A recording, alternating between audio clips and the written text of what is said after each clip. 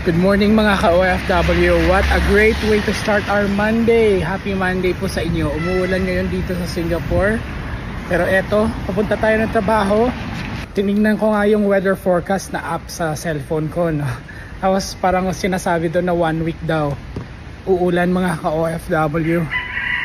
Uy, meron tayong nakita mga manok oh.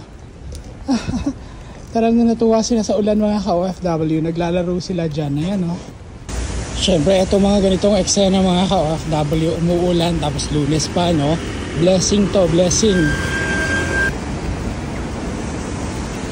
Mga few minutes na lang mga ka-OFW, makakarating na tayo doon sa MRT station.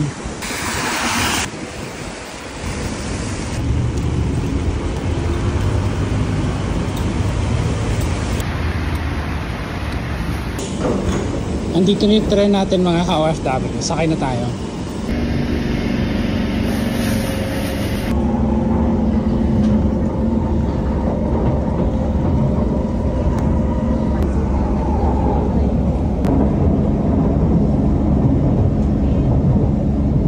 Kung nagtatanong kayo mga ka-OFW mga ilang minuto or oras yung nilalakad ko mula bahay papuntang opisina, mga halos 45 minutes mga ka-OFW, 45 minutes to 1 hour.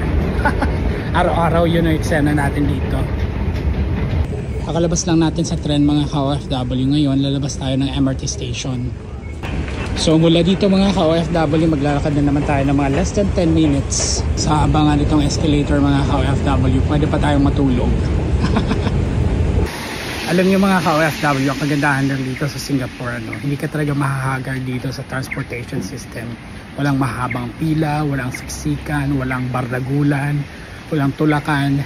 Dito talaga napaka-efficient ng transportation system nila. Kaya kahit nabasa yung kilikili ko habang naglalakad mula sa bahay papunta ng trabaho, okay lang mga ka-OFW.